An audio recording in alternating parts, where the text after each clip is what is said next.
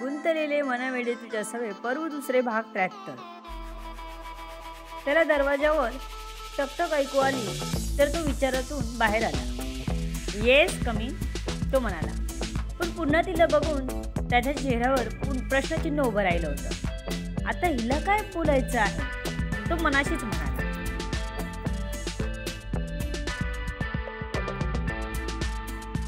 Sir, मला असं वाटतं मी ह्यापुढे नोट्स काढू शकत नाही. मला नाही जमणार. तुम्ही दुसऱ्या कोणालाही सांगू शकता, गौरी म्हणाली. यावेळी तिने त्याच्या डोळ्यात बघितलं होतं.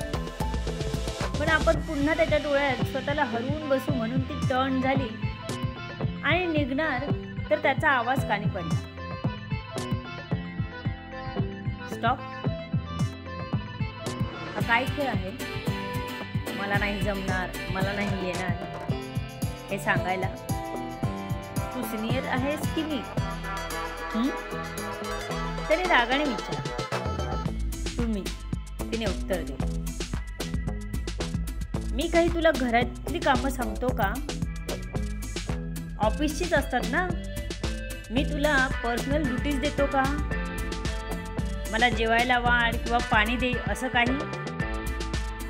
त्याने पुन्हा कडक आवाजात विचारलं. नाही, तिने पुन्हा मोजकच उत्तर दिलं. मग घोडं अडलं कुठे? मुद्दा काय आहे, बोलशील का स्पष्ट? त्याने आता आवाज वाढवत विचारला, कारण ती बिनविचार करता सांगायला आली होती. आधीच तिला न बघता ही वेगळीच बेचैनी त्याला त्रास देत होती. ती त्याला स्वतःला हे काय होतंय कळत नव्हतं. तो अजून विचारातून बाहेर आलाच नव्हता की ही येऊन काहीही बोलून चालली होती. कसं सोडणार होता तो तिला? काही नाही. ती घाबरल्यामुळे अक्षर तिच्या तोंडून का की बोलल्यासारखी निघत होती. भीती वाटते तर बोलताना विचार करायला हवा होता ना तिने, जो तिने केला नव्हता. बोल, का तू नाही करणार नोट्स काढलं? का नाही जमणार? ठोस कारण सांग मला, मी त्यावर विचार करेन. पण जर कारण बरोबर नसेल आणि मला पटणार नसेल तर मात्र तुला हे करावंच लागेल. थोडं नरमाईत घेत सांगितलं त्याने. रडली नव्हती, पण अगदी रडण्याच्या जवळ आली होती. तिने मान हलवली. मला तुम्ही आवडता, त्यामुळे सतत तुमच्या आजूबाजूला काम करत असायची, जेणेकरून तुमचं माझ्याकडे लक्ष जावं. पण अभिला मी जेव्हा सांगितलं तेव्हा तो बोलला की ती थांबली, कारण तिचा कंठ दाटून आला होता. त्या दिवशी अभि बोलला होता, नको लागू आधी त्यांच्या. त्यात हे वाक्य ऐकताना तिला किती त्रास झाला होता. तो त्रास तिला आताही होत होता. म्हणूनच बोलता बोलता ती थांबली होती. तुमच्या काय? पुढे बोल, त्याने सांगितलं. तुमच्या नादी लागू नको असं, म्हणून मला वाईट वाटलं. म्हणून तुमच्यापासून लांब राहायचं ठरवलं आहे. म्हणून मी तुमचं काम करू शकत नाही. तिने कसं सांगून पूर्ण केलं होतं. म्हणजे एक टास्कच कंप्लीट केला होता तिने. आता त्याला तिच्या प्रत्येक वाक्यावर आणि शब्दावर हसू येत होतं. पण त्याने तसं अजिबात दाखवलं नाही. तुला कोणी हे सांगितलं नाही का?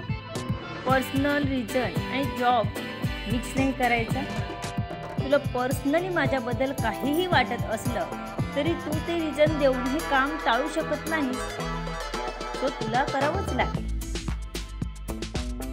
त्याने तिला ठामपणे सांगितलं. तसा तिचा चेहरा एकदम पडला. तिला आपण उगाच येऊन हे बोललो असं झालं. ते आपल्याला आवडतात हेही सांगितलं होतं तिने. ठीक आहे, ती म्हणाली आणि जायला वळली. तुला जायला सांगितलं का मी? त्याने तिला पुन्हा विचारलं. तिने त्याच्याकडे बघून नाही मध्ये मान हलवली. तुला मी का आवडतो?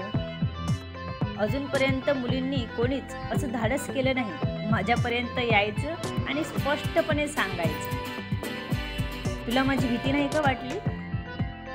त्याने विचारलं.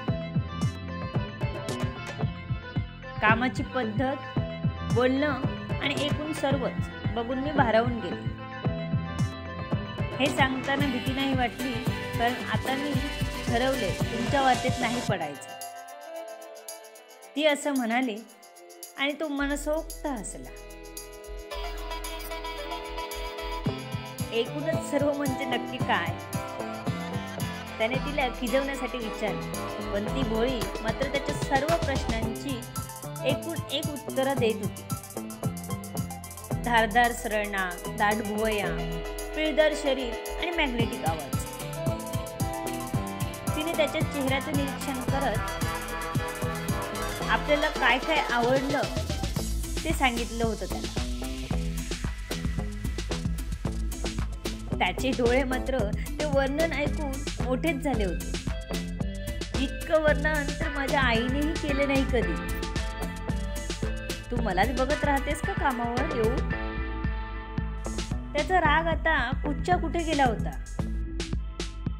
स्वतःबद्दल तिला काय वाटतं हे ऐकायला त्याचं मन उत्सुक झालं होतं. नाही, असं काही नाही. आता मी लांबच राहील. यापुढे तुम्ही तुमची कामं अभिला नाही तर इतर स्टाफला सांगा. ही माझी रिक्वेस्ट आहे, ती म्हणाली. आणि आत्ता हातापायांची चुळबुळ चालू होती तिच्या. ती थोडीशी अस्वस्थ. त्याने नाही म्हणायला पाहिजे असं मनात वाटत होतं तिला, पण जर त्याने मान्य केलं तर? ती स्वतःलाच विचारत होती. ओके, मी मान्य करतो तुझी रिक्वेस्ट. अभिला तू कसं लिहितेस ते शिकवून दे आणि पॉइंट्स कसे काढायचे, कधी सुरुवात करायची लिहायला ते सर्व समजावून सांग त्याला. अक्षर पण जरा नीट काढायला शिकव. तो असं म्हणाला आणि तिला खूपच वाईट वाटलं. म्हणजे तो असंही म्हणू शकला असता ना की तू माझं काम सोडून कुठेही जाणार नाहीस. मला माझं काम करायला तूच पाहिजेस असं. पण नाही बोलला. तिला त्याचं खूपच वाईट वाटलं. म्हणजे खरंच मी इतकी वाईट आहे का? ती मनाशी विचार करत होती. ती तडक निघून गेली तिथे.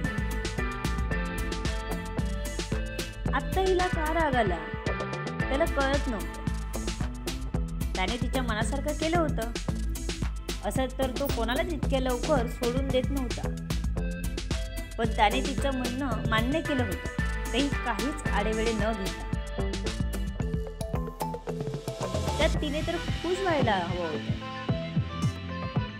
पण ती नाराज दिसली त्याला. असो, या मुलींचं मला काही कळत नाही. त्याने पूर्ण दुर्लक्ष केलं. थोड्याच वेळात अभि आत आला. देवेशचा मूड ठीक बघून खुश केलं त्याने. सर, तुम्ही किती टेन्शन दिलं मला माहीत आहे का?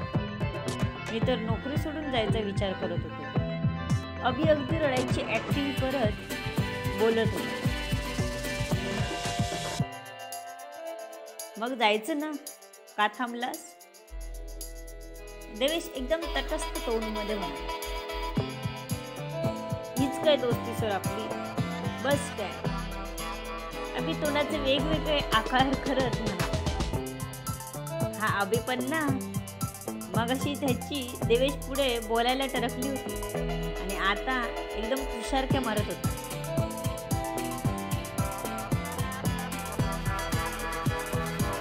हो, मी कोणालाही अडवत.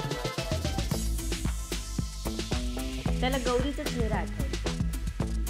तिला त्याच्यासोबत काम करायचं नव्हतं आणि त्यानेही तिला ते मान्य केलं होतं. पण त्यातला मनाला एक वेगळीच हुरहुर जाणवली होती. उगाच आपण मान्य केलं. आपल्या स्वभावानुसार तिला आपल्यासोबत काम करायला लावायला हवं होतं. पण जर ती खुशच नसेल तर काय उपयोग? तो मनाशी विचार करत होता.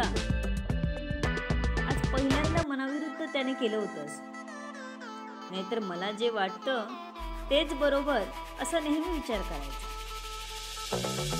आणि समोरच्यालाही तसंच वागायचं.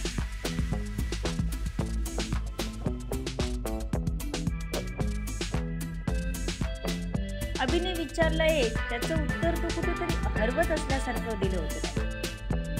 सर, तुम्ही गौरीला काय सांगितलं? अभिला काळजी होती की देवेश तिला काही बोलला तर नसेल ना. त्याचा स्वभाव माहीत होता त्याला. म्हणूनच तो पण कामाच्या वेळी खूप घाबरायचा. बहुतेक वेळा तो परफेक्ट असायचा.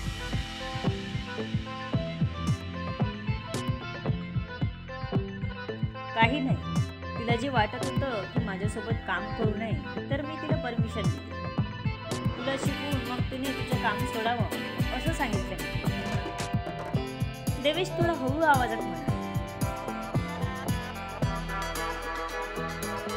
असं सांगितलं? मग ती रडत का आहे? त्याने न समजून विचारलं. ती मला म्हणाली, यापुढे मला तुमच्यासोबत काम करायचं नाही असं. हे काम अभिला द्या. तर मी काही आडेवडे न घेता तिची अट मान्य केली. तरीही ती रडते. व्हॉट नॉनसेन्स अभि. या मुलींचं मला काही कळत नाही. देवेश म्हणाला. इथून गेल्यापासून ती रडते. लंचही केला नाही. रोज तुमच्यासोबत बोलण्यासाठी धडपडत असते आणि आज तुमच्यासोबत काम नाही करत म्हणाली. अभिला तिचं वागणं एकदमच वेगळं वाटत होतं. ती अशी का वागली? ती मला म्हणाली, तू सांगितलंस तिला की माझ्या नादी लागू नको. देवेश बोलला आणि अभिच्या कानावर आदळणारे शब्द आपलेच आहेत हे कळलं त्याला. आपलं ऐकून या मॅडमने हा निर्णय घेतला होता. स्वतःच असं काही मत नाही आहे का या मुलीला? तो स्वतःशीच फुटफुटला. आता मी सांगितलं म्हणून नाही ना रडत की तिला काम करायचं होतं पण तिची अट देवेशने मान्य केली म्हणून तिला वाईट वाटलं आहे का? काही कळत नव्हतं अभिला. तिच्यासोबत जाऊन बोलणं गरजेचं होतं. मगापासून 10दा विचारलं होतं त्याने, पण काही नाही ह्या व्यतिरिक्त तिने दुसरं उत्तर दिलं नव्हतं त्याला.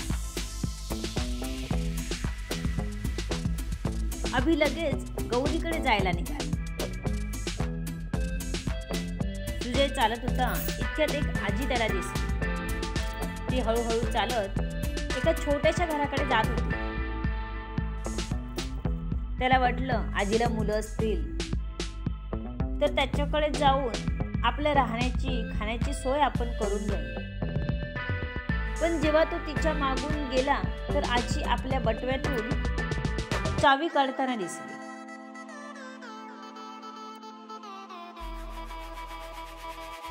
सुजय एक क्षण थांबला. काय करू? आजींचीच मदत घेऊ का? तो तिच्या समोर उभा राहिला. काय रे लेकरा, असं का बघतोस? आजीने आपल्या कापऱ्या आवाजात विचारलं. काही नाही आजी, आज मी खूप थकून खूप लांबून आलो. मला तुझ्या घरी राहायला देशील का? खूप उपकार होतील तुमचे. त्याने आपण खूपच थकलो असल्याची ऍक्टिंग केली आणि त्यात तो एकदम तरबेज होता. तो इकडे गावाकडच्या साईडला चालत एवढ्यासाठीच आला होता की त्याला पोलिसांच्या हाती लवकर सापडायचं नव्हतं.